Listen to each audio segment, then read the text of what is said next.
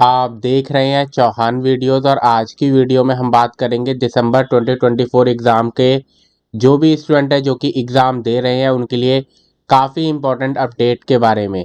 आज की वीडियो में हम बात करने वाले हैं कि आप जो एग्ज़ाम देने वाले हैं उनमें आपको इग्नू के अंदर कितने पासिंग मार्क्स चाहिए। इग्नू के अंदर अलग अलग सब्जेक्ट्स के लिए या अलग अलग कोर्सेज़ के लिए जो पासिंग मार्क्स हैं वो अलग अलग हो सकते हैं। यानी कि आपका अगर बैचलर डिग्री है, आपका मास्टर्स का कोर्स है, या आपका डिप्लोमा है, या फिर आपका सर्टिफिकेट है, इसके हिसाब से आपके पासिंग मार्क्स भी चेंज हो सकते हैं। और ये बात तो आप शुरुआत में ही जानते होंगे अगर आपने previous year question papers download कर लिए हैं ऑलरेडी, कि इग्नू के अंदर 100 नंबर का भी एग्ज़ाम होता है, 50 नंबर का भी एग्ज़ाम होता है, 25 नंबर का भी एग्ज़ाम होता है, और आपका कई बार 70 नंबर का भी एग्ज़ाम हो जाता है। और ग्रेडिंग जो है आपको कई बार ए, बी, सी, डी, ई और एफ के जरिए भी दी जाती है। तो इग्नू के अंदर जो पासिंग का क्राइटेरिया है वो बाकी यूनिवर्सिटी से थोड़ा सा डिफरेंट है। तो आज की जो हमारी वीडियो है वो इसी के ऊपर होने वाली है। सबसे पहले तो हम जान लेते हैं, आपका अगर आपके पास बीए है, बीकॉम है, बीएससी है, या फिर इन्हीं कहीं जिनको बीए जी, बीकॉम जी या फिर बीएससी जी भी कहा जाता है, या सिंपल भाषा में अगर हम कह दें तो बैचलर डिग्री कोर्स अगर आपके पास है, अगर आपके पास बैचलर डिग्री कोर्स है, इसमें आपको एक्सक्लूड करना है बीसीए को। ठीक, बीसीए जैसा जो कोई टेक्निकल या प्रोफेशनल कोर्स है उसको आपको इसके अंदर से एक्सक्लूड करना है। अभी मैं सिर्फ नॉर्मल बैचलर डिग्री कोर्सेज के बारे में बात कर रहा हूँ। अगर आपका एग्ज़ाम जो है वो 100 नंबर का है, 100 नंबर का एग्ज़ाम है, तो उसमें जो पासिंग मार्क्स आपको लेकर आने हैं वो होंगे आपके 35। यानी कि आपका जो पासिंग परसेंटेज होता है, आपका जो पासिंग मार्क्स होता है वो 35% होता है। आपका जो भी एग्ज़ाम हो रहा है बैचलर डिग्री में उसमें 35% आपको मिनिमम लेकर आने हैं पास होने के लिए। तो 100 नंबर का एग्ज़ाम होगा तो 35 मार्क्स लेकर आने हैं। उसी तरीके से अगर आपका 50 नंबर का एग्ज़ाम है तो आपको 18 मार्क्स लेकर आने हैं।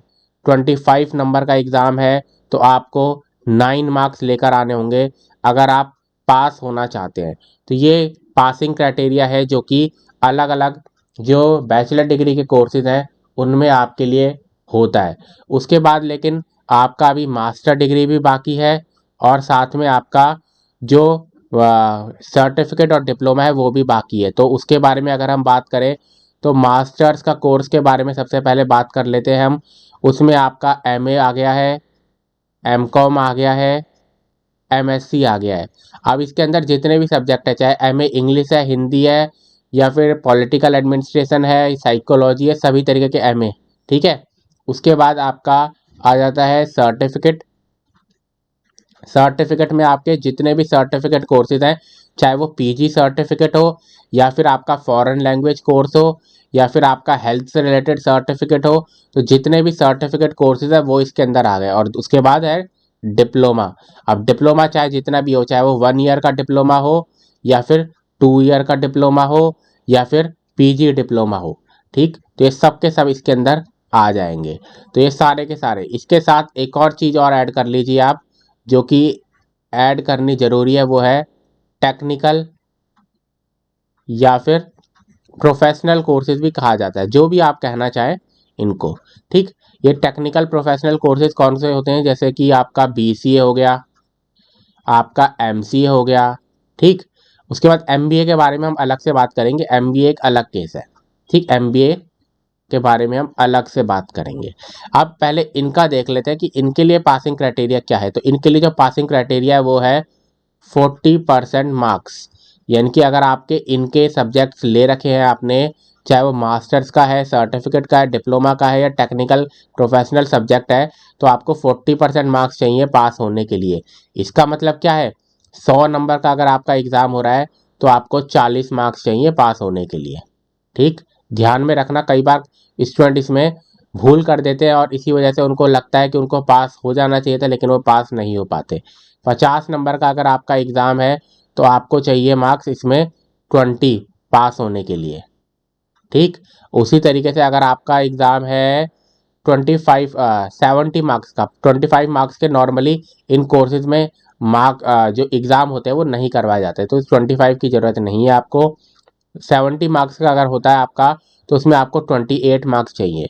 अगर 25 का भी आप जानना चाहते हो तो 25 में आपको 10 मार्क्स चाहिए पास होने के लिए।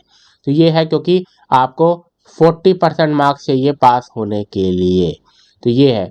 उसके बाद एक और सब्जेक्ट है जो कि मैंने आपको बताया, ग्रेडिंग है। जो कई जो आपके एग्ज़ाम्स होते हैं इग्नू के अंदर, उनमें ग्रेडिंग भी पासिंग क्राइटेरिया होता है, खासकर ये जो एमबीए है उसके अंदर।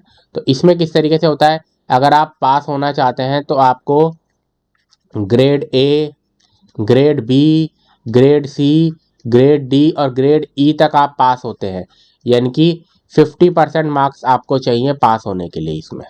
ठीक है, 50% मार्क्स आपको चाहिए पास होने के लिए। एफ या जी या उसके नीचे अगर कोई आ गया तो उसमें आपको फेल माना जाएगा।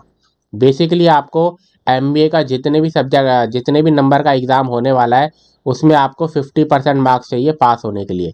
तो इसका पासिंग क्राइटेरिया थोड़ा सा अलग है एमबीए का, इसमें 50% आपको चाहिए होते हैं और ग्रेडिंग इस तरीके से आपकी करवाई जाती है। तो ये पासिंग मार्क्स का आपका पूरी जानकारी है जो कि आपके पास होनी चाहिए आप एग्ज़ाम दे रहे हैं उससे पहले।